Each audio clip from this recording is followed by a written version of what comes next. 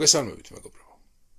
დღეს მინდა საკმაოდ საინტერესო და ღრმა სოციოლოგიური ანალიზის შემოგთავაზოთ ლიტერატურული ნაწარმოების დახმარებით. ალბათ ყველას გქონიათ განცდა, რომ ქვეყანაში რაღაც უნდა შეიცვალოს, ან სად არის ლიდერი. უფრო ღრმა კითხვაა, რატომ არ ჩნდება ლიდერი. თუ ამ 3 მილიონ ქართველობაში ჭკვიანი ადამიანი არ გამოგვერია. მე კითხვას უპასუხებ ფრიად საინტერესო საშუალებით. გავაანალიზებ ჰერბერტ უელსის შედევრალურ მოთხრობას ბრმათა ქვეყანას, რომელიც უამრავ მეტაფორულ სიმართლეს მოგცემს, რომ რთულ კითხვებს უპასუხოთ. მზად ხარ ტვინის სავარჯიშოდ? მაშინ მომისმინე.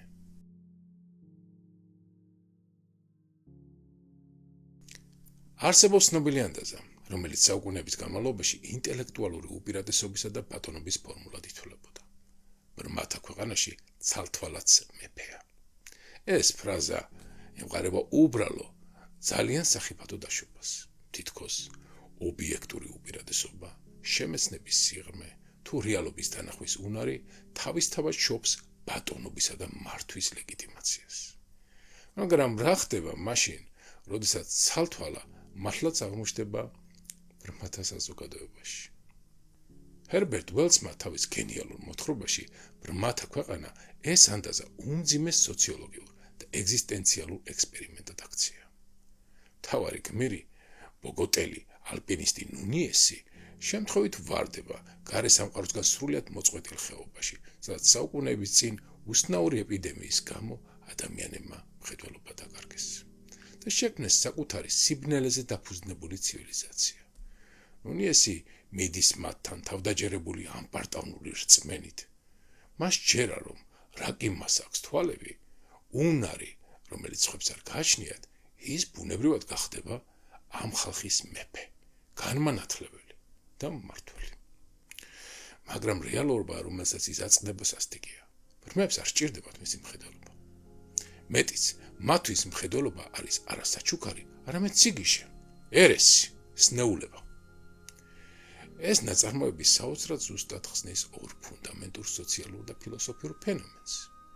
ინდივიდის ილუზიას უპირატესობასა და ძალაუფლებაზე, რატომ არის მცდარი დაშვება, რომ ობიექტური უპირატესობა თემა აუცილებლად უნდა აღიაროს და თემის ეპისტემოლოგიურ ტირანიას, სადაც სიმართლე არის არა ობიექტური სინამდვილე, არამედ კოლექტიურად გაზიარებული ნარატივი.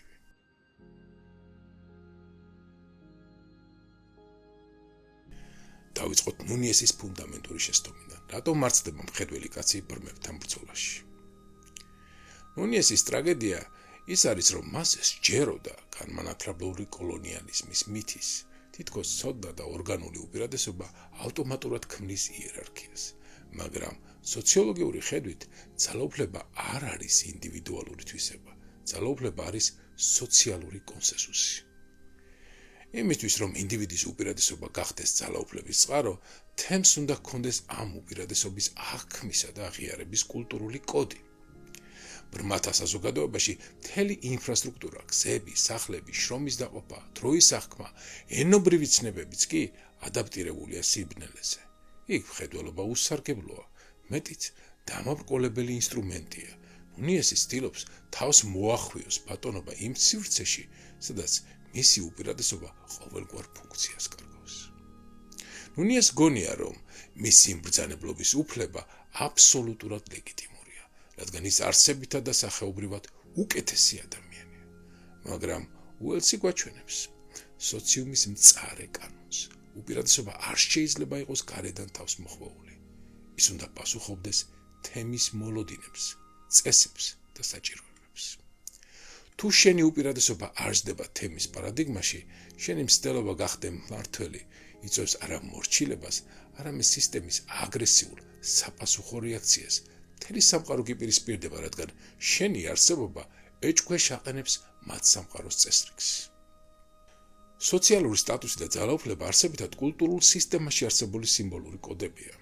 ვინც ფიქრობს, რომ მხოლოდ ობიექტური ჭეშმარიტების ფლობით შეძლებს თემის მართვას, მას ავიწყდება, რომ თემი რეალობას აღიქვამს არა ობიექტური ფაქტებით, არამედ საკუთარი სოციალური კონსტრუქტებით.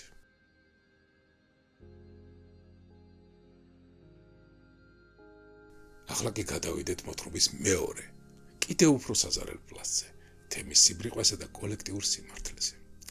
რიტორიკაში ცნობილია ლოგიკური ცნობილება. Argumentum ad populus. ანუ ეს არის პრინციპი, როცა თუ ყველა რაღაც აზრს იზიარებს, ესე იგი ეს არის სიმართლე.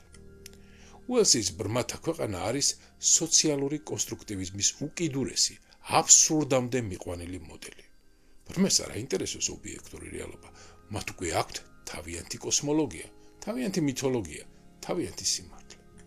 როდესაც ნუნიესი ცდილობს აუხსნას მათ, რომ არსებობს ცა, ვარსკვლავები, ფერები, მხედველობა, თემი მას პასუხობს არა ლოგიკური კამათით, არამედ დაცინვითა და აგრესიით. დაგვერდით, როგორ მუშაობს ეს მექანიზმი, რომელიც ზუსტად იმეორებს რელიგიური სექტებისა, ტოტალიტარული იდეოლოგიების სტრუქტურას.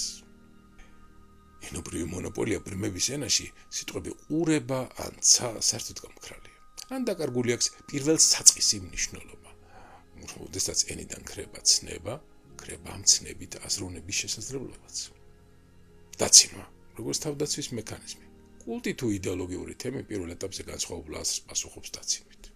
დაცინვა არის ჯგუფის ინსტრუმენტი და ამციროს საფრთხე, რათა არ მოუწიოს საკუთარი სტრუქტურების ეჭქვეშ დაყენება. ამობურცული ორგანოს ამოკვეთა. ეს არის ამ მოთხრობის ყველაზე საზარელი მეტაფორა. ბრმათა საზოგადოების მკურნალი ექიმი სვამს დიაგნოზს. ნუნიესის ტვინი გაღიზიანებულია, რადგან მას აქვს ამობურცული ორგანოები, რომელიც მას ილუზიებსა და ამბიციებს აღუძრავს. შესაბამისად, ამისათვის, რომ ნუნიესი გახდეს ნორმალური და ჯანსაღი და ბედნიერი მოქალაქე, საჭიროა ამ ორგანოს ამოჭრა, ანუ ოპერაცია. ეს ხომ ისტორიაში 1000-ჯერ ნაცადი ხერხია. უამრავჯერ ქონია ასეთი სცენარი და უამრავჯერ გამოგვისდია ასეთი სცენარი, როცა აღმოჩნდებით ისეთ წრეში, სადაც ჩვენს აზრს აბსოლუტურად არ ითვალისწინებენ და სრული არატოლერანტული დამოკიდებულება აქვს ჩვენს მიმართ. ბრმათა ქვეყანა საოცრად გავს რადიკალურ პოლიტიკურ მოძრაობების და კულტებს. იქნება ეს რადიკალური მარქსიზმი, სტალინიზმი, თალიბანი, თუ რა ვიცი, 1000 გვარი თანამედროვე იდეოლოგიური ორთოდოქსიები. ყველა ამ სისტემაში არსებობს თავისი ამობურცული ორგანო.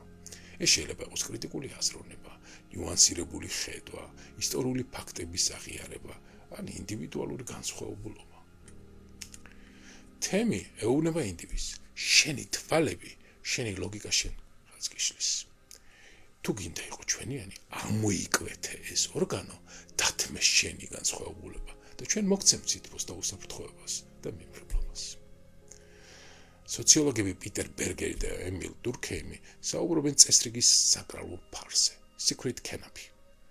თემი სიბრმავეს ირჩევს არა უბრალოდ უმეცრების, არამედ სისტემური შიშის გამო.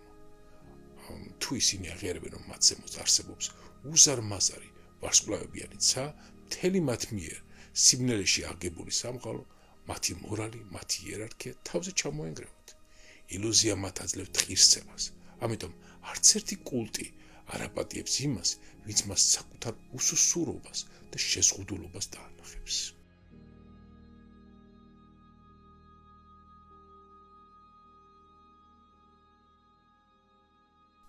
ნაწარმოების ყველაზე ტრაგიკული, ფსიქოლოგიურად მწარე ხაზი ნუნიესისა და მედინას სოროტეს ურთიერთობაა. როდესაც ნუნიესი ხვდება, რომ ბრმებს ვერ დაიმორჩილებს და ვერც გაანათლებს, ის ვარდება აუტანელ სოციალურ იზოლაციაში. ამ დროს მას უყვარდება მედინას საროტე, ბრმა ქალი, რომელიც ფრიად მნიშვნელოვანი ელემენტით არის განსხვავებული ბრმათა ქვეყანაში. ისიც ბრმა ცხადია, მაგრამ ერთი მნიშვნელოვანი ნიუანსით. ბრმათა ქვეყანაში თვალები ყველას ჩაცველი აქვს, ხოლო მედინას საროტე, რომელიც ულამაზესი ქალბატონია, მას აქვს უფრო მეტად ამობურცული თვალები, თუმცა არახილული და ბრმათა ქვეყანაში მისი სილამაზე აბსოლუტურად აღუქმელია. მის სილამაზეს მხოლოდ ნუნიესი ხედავს. ნუნიესი მზად არის მის გამო დარჩეს ბრმათა ქვეყანაში, მაგრამ მას მხოლოდ ასეთ საზღაურს მოთხოვს თემი, რომ ის უნდა გახდეს ნორმალური მოქალაქე. ნორმალური მოქალაქე კი თვალების და მხედველობის დათმობით. ნუნიესი იღებს გადაწყვეტილებას, მან უნდა დათმოს თავისი მხედველობა, დათანხმდეს თვალების ამოჭრას, რათა შეძლოს ამ ქალზე დაქორწინება და თემში ინტეგრაცია. ნუნიეს ჯერა, რომ ეს არის დიდებული, რომანტიკული მსხვერპლის სიყვარულის სახელით, მაგრამ მოდი შევხედოთ ამას მედინა საროტეს პერსპექტივიდან. მედინა საროტეს არ უყვარს ნუნიესი თავისი მხედველობით თურთ, ანუ თავისი სრული ობიექტური არსებობით. მას უყვარს ნუნიესი მიუხედავად იმისა, რომ ის ნაკლოვანია. მედინა საროტეს არც ერთი წამით არ სჯერა ნუნიესის მხედველობის. მისთვის ნუნიესი არის საყვარელი, მაგრამ სულიერად ავადმყოფი ადამიანი, რომელიც ბოდავს ცასა და ფერებს. როდესაც ნუნიესი თანხმდება ოპერაციას, მედინა საროტე ამას აღიქვამს არა როგორც გმირულ თავგანწირვას, არამედ როგორც ჭკუაში მოსვლას, ნორმაში ჩადგომასა და სულიერი სიგიჟისგან განკურნებას. სწორედ ეს არის საზარელი დრამა. ინდივიდი ვერ იპოვის ჭეშმარიტ თავშესაფარს იმაში, ვისაც მისი არსების მთავარი ელემენტი სნეულება ჰგონია. ნუნიესი აცნობიერებს, რომ ეს მსხვერპლი ამად არ ღირს. მისი გამოფხიზლება ხდება ოპერაციის წინა დღეს. ის უყურებს ბედნიერ მედინა საროტეს და ხვდება, რომ თუ თვალებს დაითხრის, ის დაკარგავს საკუთარ იდენტობას. ხოლო ეს ხალი შეიყვარებს არა მას, არამედ დასახიჩრებულ, გათანაბრებულ კაცს. და ეს მიღებულობა ითხოვს სრულ პიროვნულ კასტრაციას. ნუნიესი არ ელოდება ოპერაციას, ის ჩუმატოვებს ხეობას. ტოვებს მედინა საროტესაც მიდის მთებისკენ, ის მიდის ციებ უსნო შიმშილით სავსე სივრცეში, სადაც არ არის გარანტირებული გადარჩენა. მაგრამ როდესაც ის კლდეზე წვება, მაღლა იხედება და ხედავს ვარსკვლავით მოჭედილ უსასრულო ცას, ხვდება, რომ არც ერთი სოციალური მიღებულობა, არც ერთი ემოციური სითბო და კომფორტი არ ღირს იმად, რომ საკუთარი თვალებით უარყო ის, რასაც ხედა. პლატონის მღვიმის ალეგორია გავიხსენოთ. მღვიმიდან გასული ადამიანი უკან ბრუნდება, რათა პატიმრები გაათავისუფლოს, მაგრამ ისინი მას კლავენ.